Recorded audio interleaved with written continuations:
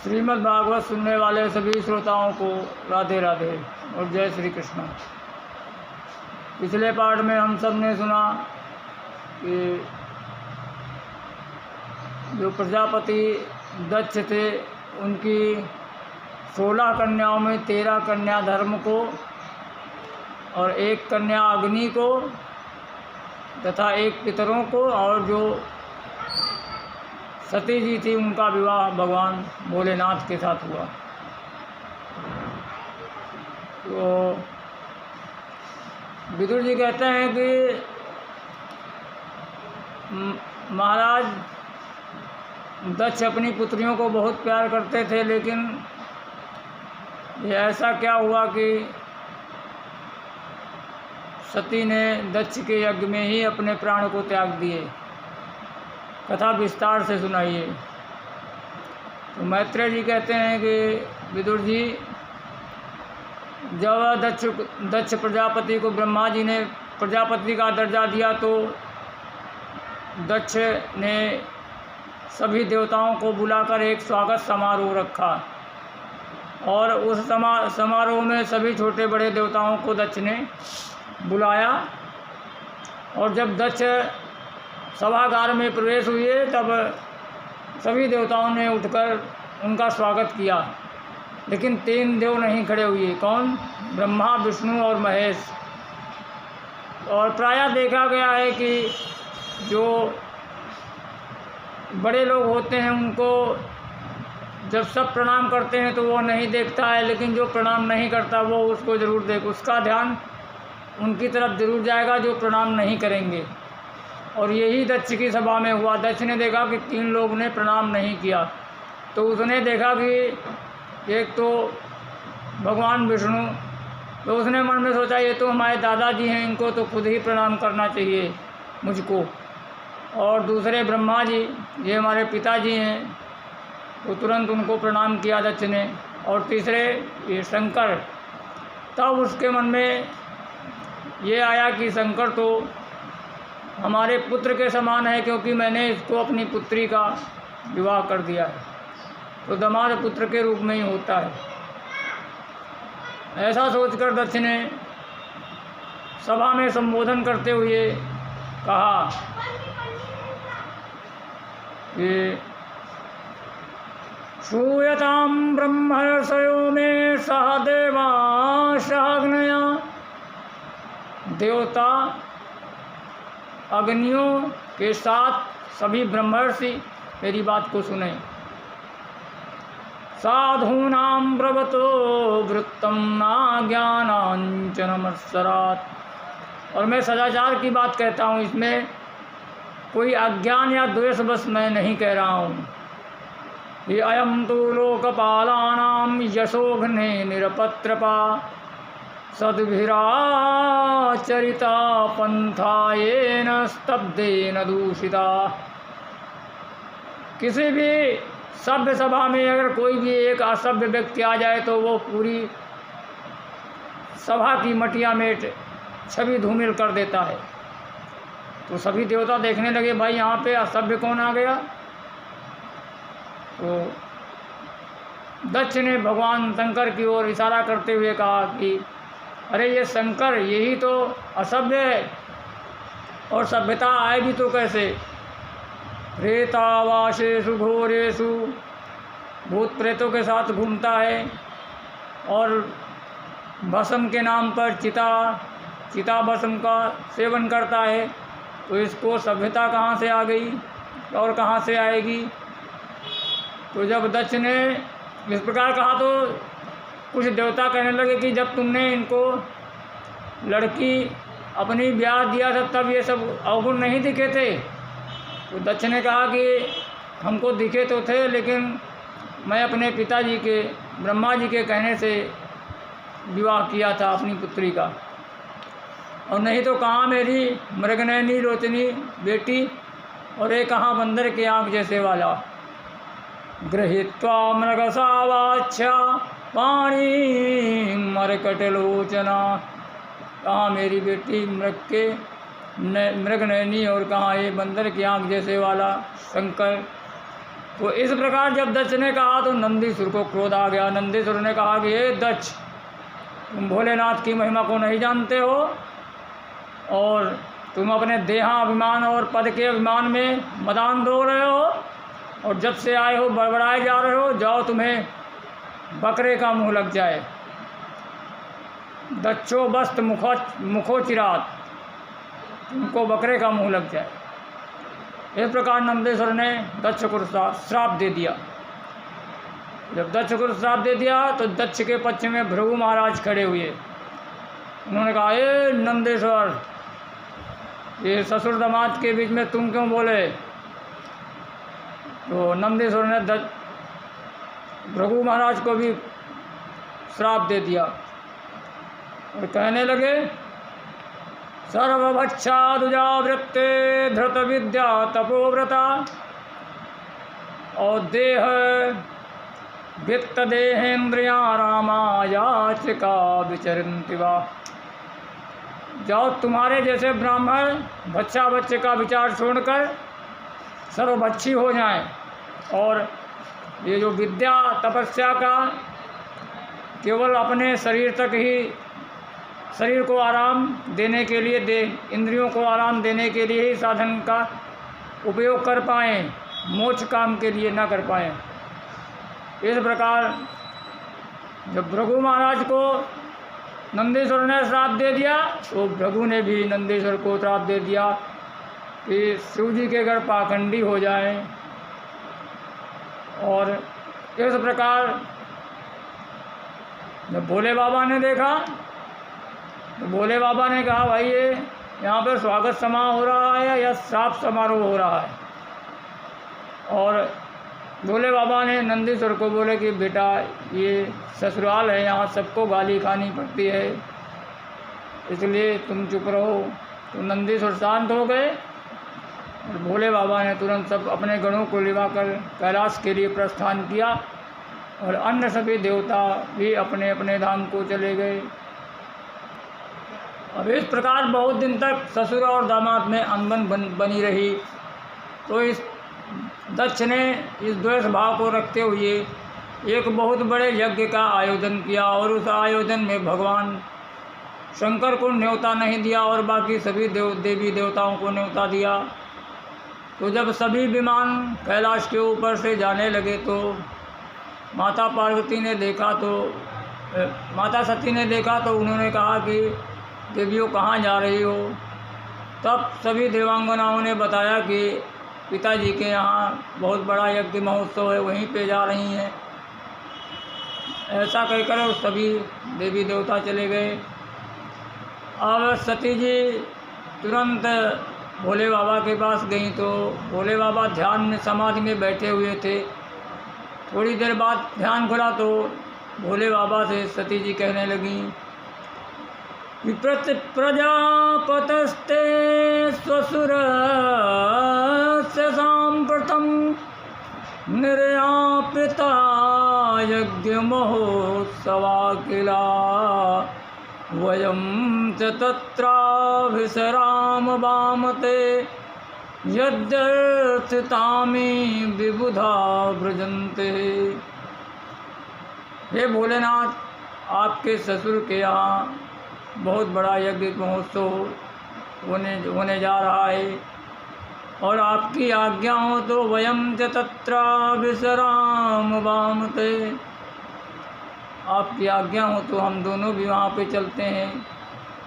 और ये सभी देवी देवता वहीं पे जा रहे हैं।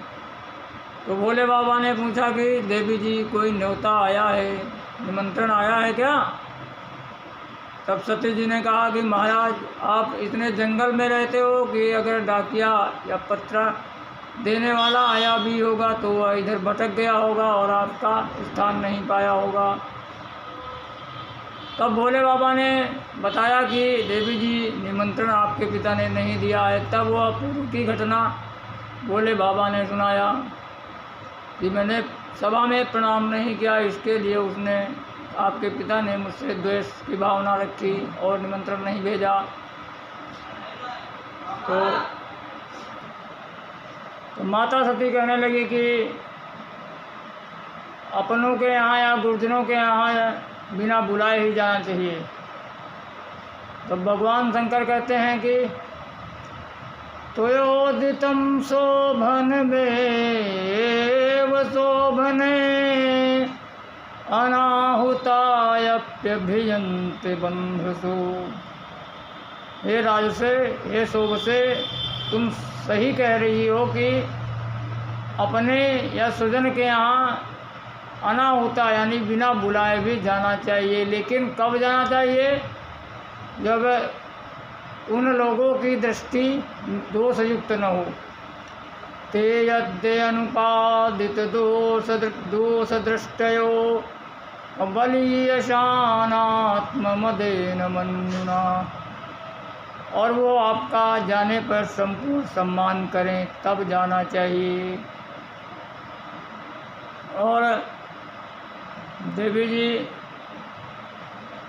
बाण से अगर व्यक्ति घायल हो जाए तो थोड़े दिन में उसका इलाज हो जाता है, लेकिन अगर बाणी से घायल हो जाए तो वो जब जब याद आएगा तब तब उसको तड़पना पड़ेगा। दिवानिशम तप्यति मर्मताड़िता। और देवी जी, मैं तो कह रहा हूँ कि मैं तो उस अपमान को सह भी गया, लेकिन तुम सह नहीं पाओगी। और यदि ब्रजिष्यासि यतिहाय मद्वचो भद्रम भवत्या न ततो भविष्यति। और देवी जी, यदि तुम मेरी बात नहीं मानोगी तो आपके लिए कल्याणकारी नहीं होगा। भद्रम भवत्या न ततो भविष्यति। और लेकिन सती जी नहीं मानी तो भगवान भोलेनाथ ने सोचा कि पतनंगनाशम उभयत्र चिंतयन्।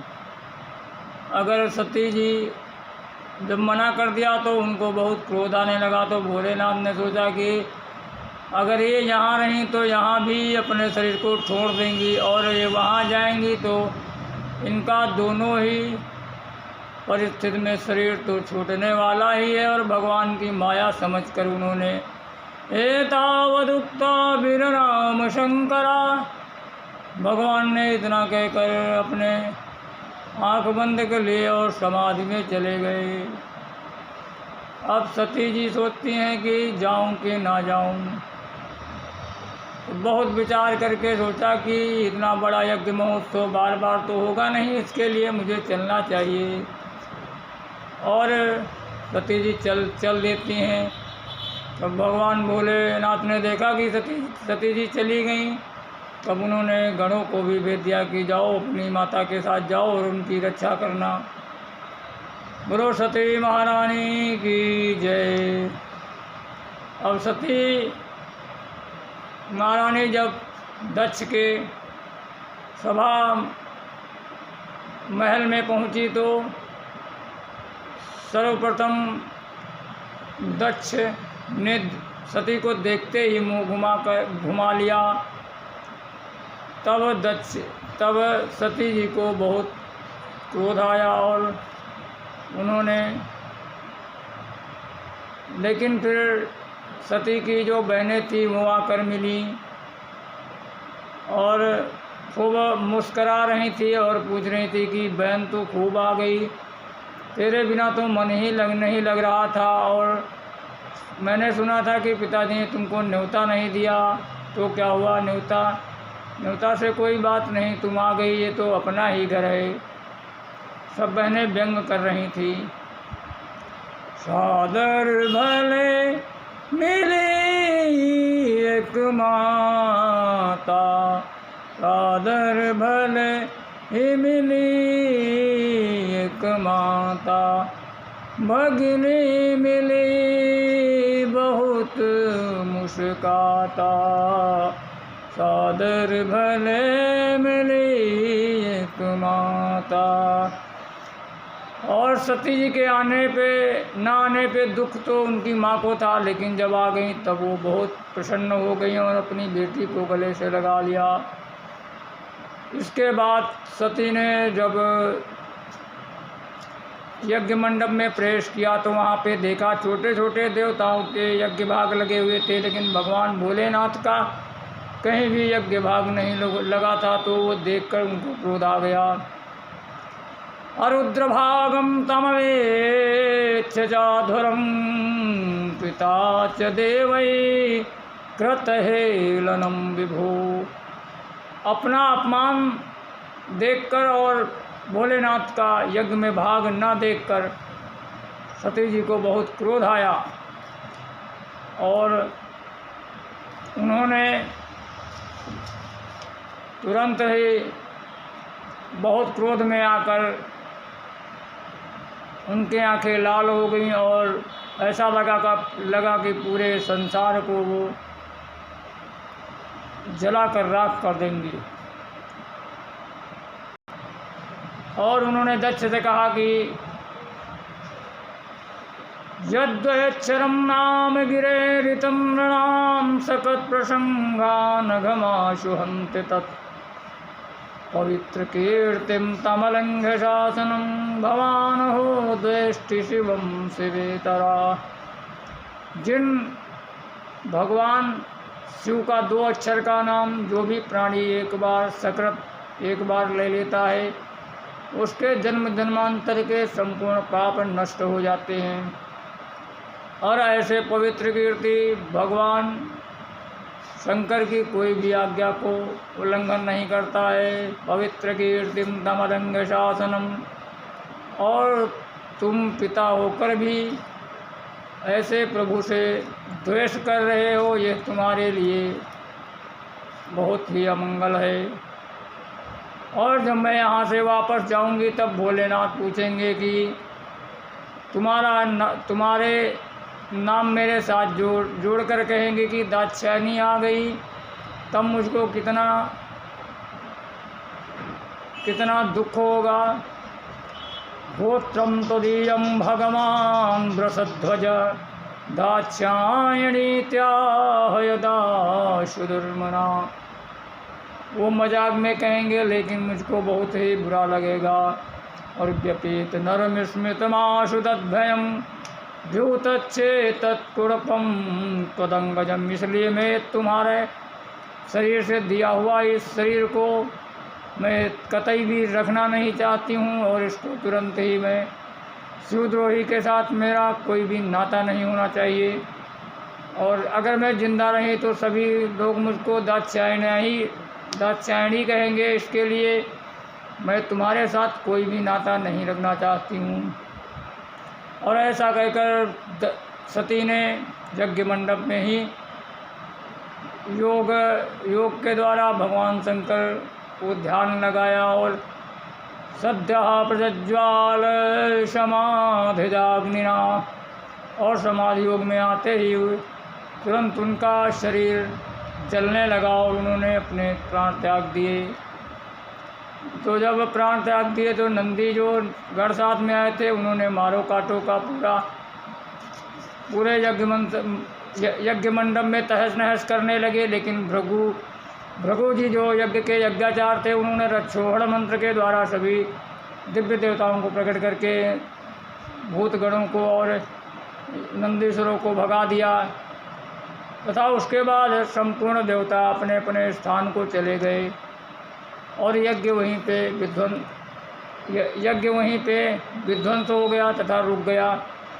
अब नंदीगण जो सभी थे भूतगण वो सभी कैलाश को गए और उसके पहले भगवान नारद जी भगवान शंकर के पास गए और उन्होंने कहा प्रभु गजब हो गया। बोले क्या हुआ? बोले सती अपने पिता से मिलने यज्ञ मंडप में गई तो उसके पिता ने उन सती जी को यज्ञ में ही धक्का दे दिया और वहाँ पे सती ने प्राण त्याग दिए।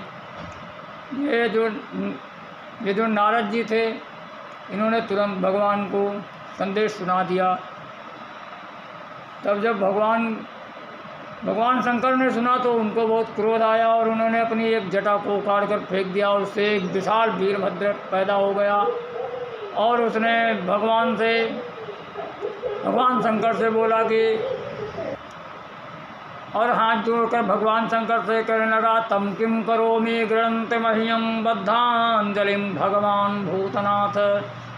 बताइए भूतनाथ क्या करना, क्या आदेश है। वीरभद्र ने कहा, भगवान शंकर ने कहा, दक्षस्य यज्ञम सहिजहि, दक्षस्य यज्ञम जहि, दक्ष और यज्ञ के सहित उसका विनाश कर दो। इतना कहकर वीरभद्र आंधी तूफान की तरह चले और इधर देवताओं ने देखा कि बहुत बड़ी धूल आंधी भरी आंधी आ रही है, तो सभी विचार करने लगे कि हवा तो चल नहीं रही है, आंधी कहाँ से आ रही।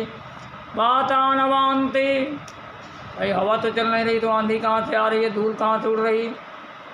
लगता है कहीं चोर डाकू आ रहे हैं।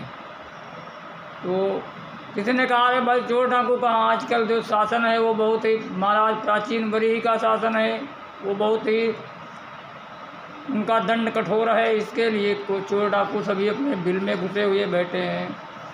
वातानवान्ति नहितं तदस्वा प्राचीन बरीही जीर्वति हो घृतंडा अवगायो न कालंत इदम कुतो रजा। और अभी गायों के आने का भी समय ने गोधूली बेला भी नहीं हुआ है। गाओ न कालंत इदम कुतो रजा, लेकिन ये धूल कहाँ से आ रही है। लोकाधुना किम प्रलयाय कल्पते, क्या लोगों के बताए हुए समय क्या प्रलय का तो नहीं आ गया। इस प्रकार सभी देवता विचार कर रहे थे। तो उतने ही देर में वीरभद्र और सभी भगवान शंकर के गढ़ आ गए और आते ही सब चारों तरफ सभी देवताओं को पकड़ने लगे। तो देवता भागने लगे। तो वीरभद्र ने कहा कि रुको, कोई भागेगा नहीं, जो भी यज्ञ में भाग लेने आया था वो अपना अपना भाग लेकर जाएगा। ऐसा कहकर वीरभद्र ने तुरंत ही भृगु महाराज को और अन्य सभी गणों ने सबको पकड़ लिया।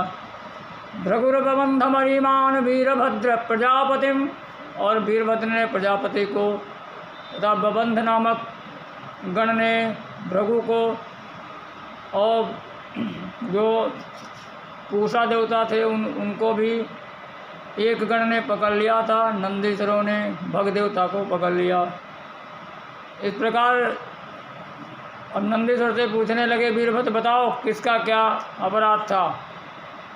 तो नंदीश्वर ने कहा कि ये जो भृगु महाराज थे, तो जब दक्ष भगवान शंकर को का अपमान कर रहा था तो ये अपने दाढ़ी पर हाथ फिरा रहे थे।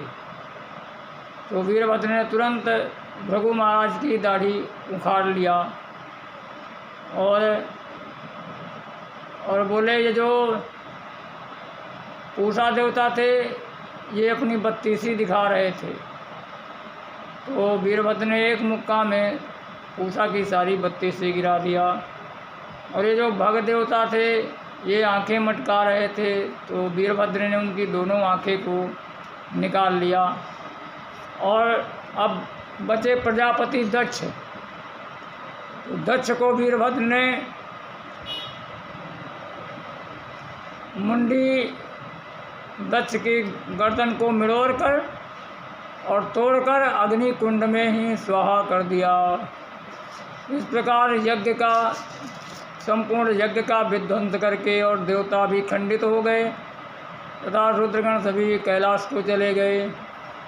और अब देवता सभी ब्रह्मा जी के पास गए और बोले कि प्रभु, हम यज्ञ में भाग लेने गए थे और हमारा ही एक एक भाग चला गया। तो ब्रह्मा जी ने कहा कि भाई, जब हम नहीं गए, शंकर नहीं गए, विष्णु नहीं गए, तो तुम लोग क्यों गए। तो तुम लोग को नहीं जाना चाहिए था। तो देवताओं ने कहा, प्रभु आप खाई तो खाई, आगे खाएं तो राम दुहाई, और प्रभु अब उस यज्ञ को पूरा करवाइए। तो ब्रह्मा जी ने कहा विष्णु जी के पास चलो। तो विष्णु जी को भी साथ लेकर भगवान शंकर के पास ही गए और शंकर भगवान से सभी देवताओं ने क्षमा याचना की। तो भगवान शंकर क्षणे रुष्टा क्षणे तुष्टा, इसके लिए भगवान का नाम आशुतोष है। भगवान थोड़े में ही खुश हो जाते हैं और थोड़े से अपराध पे नाराज़ भी हो जाते हैं। तो अब भगवान शंकर ने कहा भाई हमें भाग तो मिलेगा नहीं, तो हम यज्ञ क्यों पूर्ण करवाएं।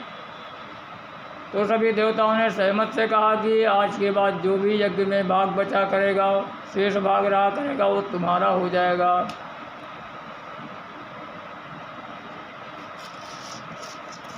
इस प्रकार देवताओं ने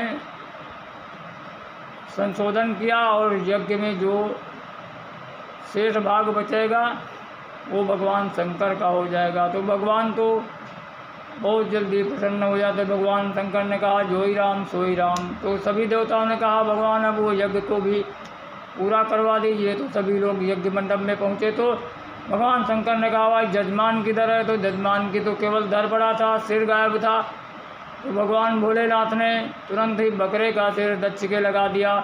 और जब बकरे का सिर दक्ष के लगा तो दक्ष की भाषा ही बदल गई, वो बकरे की तरह बम बम करने लगे। तो यह देखकर भगवान शंकर प्रसन्न हो गए। और आज भी जो भक्त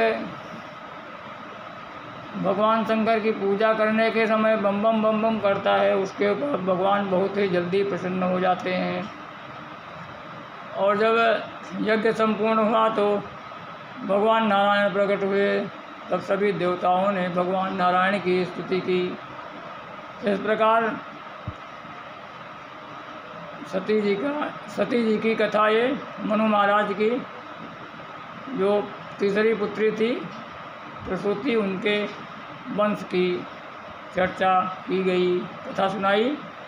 और अब आगे जो मनु महाराज के दो बेटे हैं प्रियव्रत उत्तानपाद, और उनमें अगले पार्ट में उत्तानपाद की कथा और ध्रुव जी की कथा सुनाएंगे, वो अगले पार्ट में। तो भोले बाबा का एक भजन गा लेते हैं।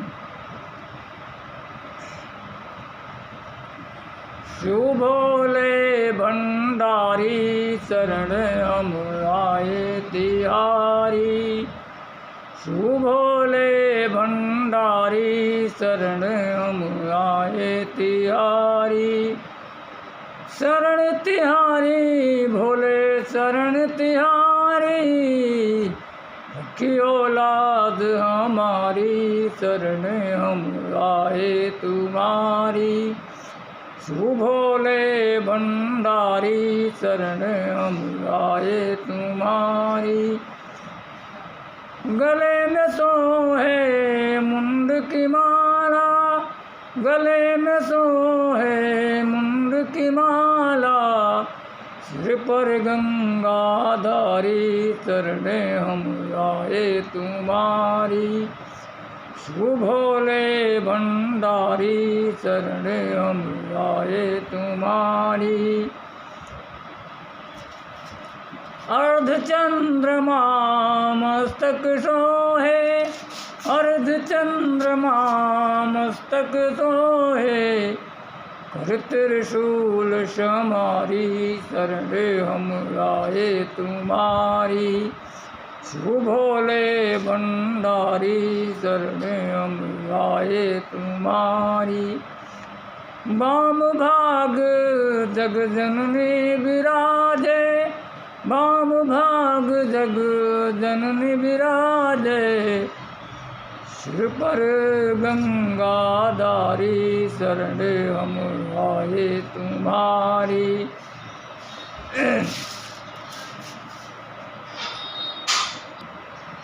दया करो है अवघड़ दानी। दया करो है अवघड़ जानी। भक्तन संकट हारी शरण हम आए तुम्हारी। शिव भोले भंडारी शरण हम आए तुम्हारी। शरण तुम्हारी भोले शरण तुम्हारी। की औलाद हमारी शरण हम आए तुम्हारी। शिव भोले भंडारी शरण हम आए तुम्हारी। बोलो शंकर भगवान की जय। बोलो सीताराम जी महाराज की जय। बोलो पवन सुत हनुमान की जय। अब शेष अगले पार्ट में।